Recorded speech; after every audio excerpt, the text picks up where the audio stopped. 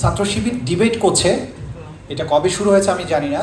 80-র দশকে বা 90-এর দশকে আমার যখন সাবেক একটা পরিচিতি ছিল, সেই সময় অনেক চেষ্টা করেছি যে এই কালচারটা যেন এই ছাত্র সংগঠনগুলোর মধ্যে, স্পেশালি ছাত্র শিবিরের মধ্যে চালু হয়। সেই সময় এটা করা যায়নি।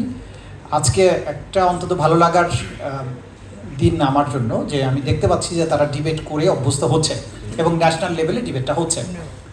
সবাই যদি এইভাবে ডিবেট করে কালচারটা করে আসতেন, আজকে পার্লামেন্টে আমরা যাদেরকে দেখছি তারা অনেক বেটার পারফর্ম করতে পারতেন।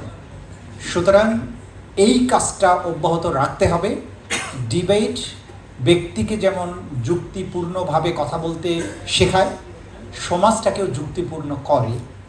তবে একটা জিনিস আমি বলবো, দয়া করে ডিবেটের যুক্তি কখনোই সংসারে খাটানোর চেষ্টা করবেন না, এটা রং পলিসি। আচ্ছা, দ্বিতীয় কথা হচ্ছে যে ডিবেটে যখন ডিবেটাররা কথা বলবেন, আমি সেই ধরনের প্রস্তুতি নিয়ে আসলে অন্যভাবে কথা বলতাম, যে ডিবেটের সবাই এক টনে কথা বলছেন এইটা যেন না হয়। ডিবেটে সবসময় কথার আরোহ অবরোহ আছে। আপনি কখনো আপনি একটা উত্তেজনার চূড়ান্ত পর্যায়ে যাবেন, আবার আপনি টোন ডাউন করবেন। আমি উদাহরণ দিচ্ছি, যে ব্যক্তির উদাহরণ দিচ্ছি এই লোকটাকে আপনার পছন্দ হতেও পারে, না হতে পারে। রক্ত যখন দিয়েছি, রক্ত আরও দেব, একদম উত্তেজনার পারো চূড়ান্ত। আবার উনি থেমে যাচ্ছেন কোথায়? তোমরা আমার ভাই, তোমরা ব্যারাকে ফিরে যাও, কেউ তোমাকে কিচ্ছু বলবে না। মানে হচ্ছে একদম লো ভয়েসে চলে আসছে। তাতে কি হচ্ছে, আপনি যখন একটানা উত্তেজনাকর বক্তব্য দেবেন, শ্রোতার কানে এটা তখন বিরক্তিকর লাগবে। আপনার এই কথা বলার সময় বিতার্কিকটা সবসময় খেয়াল করবেন যে সবসময় আপনি একই না, আপনি এর মধ্যে উইচ, হিউমার, বুদ্ধিদীপ্ত কথাবার্তা আপনাকে বলতে হবে।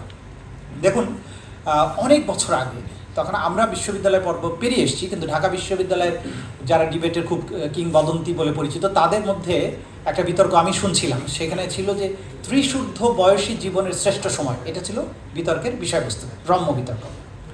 তো যাদের বয়স 30-এর বেশি তারা ছিলেন এটার বিপক্ষে, আর যাদের বয়স 30-এর কম তারা ছিল এটার পক্ষে। তো এখন যারা 30-এর নিচে বয়স, সেই পক্ষ বলছে যে আহা, ক্যাম্পাসে আমাদের কি দুর্ভাগ্য, যেসব বান্ধবীদেরকে আমরা নিয়ে সারাদিন চা সিঙ্গারা খাওয়াই, আইসক্রিম খাওয়াই, পাহারা দিই, 30-ঊর্ধ্ব বড় ভাইরা একসময় তাদের বিয়ে করে নিয়ে চলে যায়।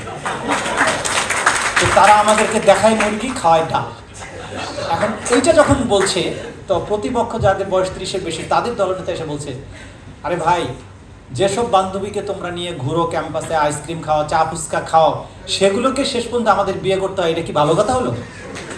আচ্ছা, এই যে রম্য বিতর্কের মধ্য দিয়ে আপনি উইচ অ্যান্ড হিউমার এগুলো দিয়ে আপনি যখন অডিয়েন্সকেও, আপনি শুধু তর্ক করছেন তা না, অডিয়েন্স, পার্লামেন্ট প্রাণবন্ত হয়ে উঠবে। আপনি অতীতে বাংলাদেশের পার্লামেন্টারি ডিবেটগুলো দেখেন, একদম যারা কিংবদন্তি তুল্য ছিল তাদের বক্তব্যগুলো শুনে দেখবেন। এবং শুধু বাংলাদেশ নয়, দেশের বাইরেও